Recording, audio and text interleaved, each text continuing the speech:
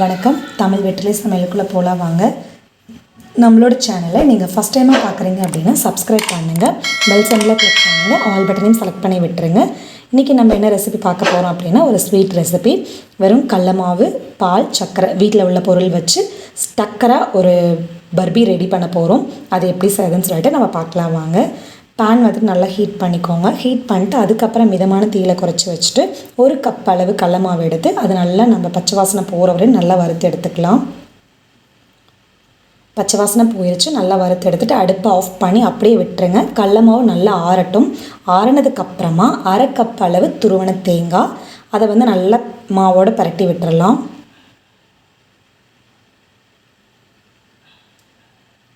நல்லா பரட்டியாச்சு. அதுக்கப்புறமா சர்க்கரை, உங்கள் இனிப்பு சுவைக்கு தகுந்த மாதிரி நீங்கள் சர்க்கரை சேர்த்துக்கோங்க. இதில் வந்துட்டு ஒரு கப் அளவு சர்க்கரையில் கொஞ்சம் மட்டும் நம்ம உள்ளே சேர்த்து நல்லா கலந்து விட்டுறலாம். அதுக்கப்புறம் காய்ச்சின பால் வந்துட்டு ஃபஸ்ட்டு கொஞ்சம் கொஞ்சமாக சேர்த்து நல்லா கட்டி இல்லாமல் ஃபஸ்ட்டு கரைச்சி விட்டுக்கலாம். இன்ன வரைக்கும் நான் அடுப்பை ஆன் பண்ணவே இல்லை. அதுக்கப்புறமா நம்ம இதெல்லாம் செஞ்சு முடிச்சதுக்கப்புறமா நம்ம அடுப்பை ஆன் பண்ணிக்கலாம். இது வந்துட்டு அடுப்பை ஆஃப் பண்ணி இருக்கிற டைமில் நம்ம இதை ரெடி பண்ணிவிட்டு அப்புறம் ஆன் பண்ணோம் அப்படின்னா நமக்கு செய்கிறதுக்கு ஈஸியாக இருக்கும். இப்போ காய்ச்சின பால் வந்துட்டு ஒரு கப் அளவு எடுத்துருந்தோம் இல்லைங்களா, அது எல்லாமே கொஞ்சம் கொஞ்சமாக சேர்த்து கட்டி இல்லாமல் நல்லா கரைச்சி விட்டாச்சு. இப்போ மீதமுள்ள சர்க்கரையும் உள்ளே சேர்த்தாச்சு. மீதமுள்ள பாலையும் உள்ளே சேர்த்து நல்லா கலந்து விட்டுடலாம்.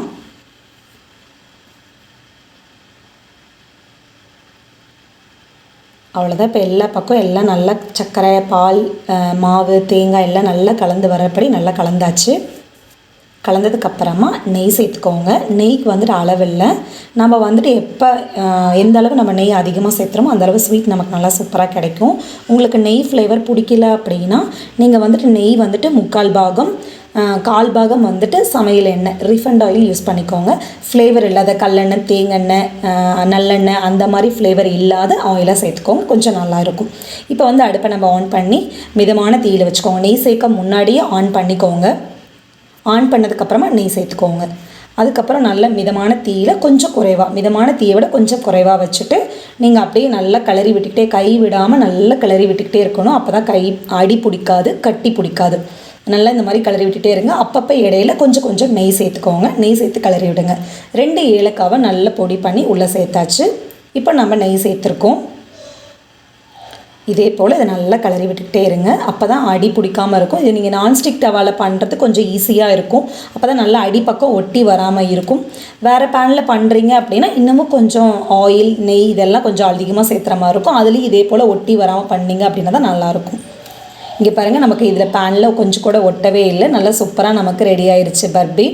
இதை வந்துட்டு இது ரெடியாகிற டைம்லேயே நம்ம பிளேட்டில் நெய் சேர்த்து நல்ல நெய் தடவி வச்சிடலாம். அதுக்கப்புறம் நம்ம இந்த ரெடியான பர்பி மாவை நம்ம மேலால் நல்லா தட்டம் கொடுத்து நல்லா இந்த மாதிரி தட்டி விட்டுருங்க. நீங்கள் கரண்டியில் தட்டுறதை விட ஸ்பூன் வந்துட்டு அப்பப்போ நெய்யில் நினச்சி நீங்கள் அழுத்தமாக தட்டினீங்க அப்படின்னா ஒரே அளவில் எல்லா பக்கம் ஈவனாக நமக்கு கிடைக்கும். அதே போல் வந்துட்டு இந்த மாதிரி தட்டினீங்க அப்படின்னா நமக்கு நெய் தடவி தட்டினீங்க அப்படின்னா நம்ம அடிப்பக்கம் ஒட்டாது. எல்லா பக்கம் ஒரே அளவு மொத்தத்தில் நமக்கு கிடைக்கும். இந்த போல் எல்லா பக்கம் நல்லா தட்டி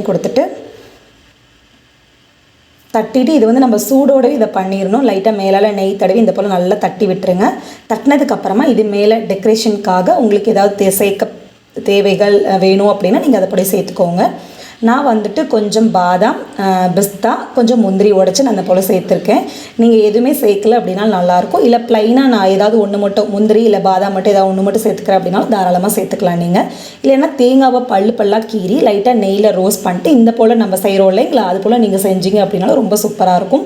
இது வந்து கீரல் இப்போ போட வேண்டாம். நல்லா ஒரு 2-3 மணி நேரம் நல்லா ஆறட்டும். அதுக்கப்புறமா கத்தியில் கொஞ்சம் நெய் தடவிட்டு இந்த போல் கோடு போட்டு உங்களுக்கு தேவையான ஷேப்பில் நீங்கள் வெட்டி எடுத்தீங்க அப்படின்னா ரொம்ப சூப்பராக நமக்கு பர்பி ரெடி ஆயிரும். அவ்வளோதான் ஃப்ரெண்ட்ஸ். வீட்டில் உள்ள பொருள் வச்சு நம்ம டக்குன்னு இதை ரெடி பண்ணிடலாம். இதுக்கு வந்துட்டு அதிக நேரம் எடுத்துக்காது. இதை செஞ்சுட்டு நல்லா ஒரு ஏர்டைட் பவுலில் போட்டு வச்சிட்டிங்க அப்படின்னா நல்லா ஒரு 1 வீக் வரையிலுமே நல்லா சூப்பராக இருக்கும், கெட்டு போகாது. குழந்தைங்க ஸ்வீட் வேணும் இல்லை ஏதாவது ஸ்நாக்ஸ் வேணும் அப்படின்னு கேட்டாங்கன்னா டக்குன்னு இதை எடுத்து கொடுத்தீங்க அப்படின்னா ஸ்வீட்டாக அப்படின்னு சொல்லிட்டு ரொம்ப விரும்பி சாப்பிடுவாங்க. ஈஸியான ரெசிபியும் கூட. ஸோ இதை நீங்கள் கண்டிப்பாக வீட்டில் ட்ரை பண்ணி பாருங்கள். நம்மளோட சேனலுக்கு சப்ஸ்கிரைப் பண்ணுங்கள். தேங்க்யூ.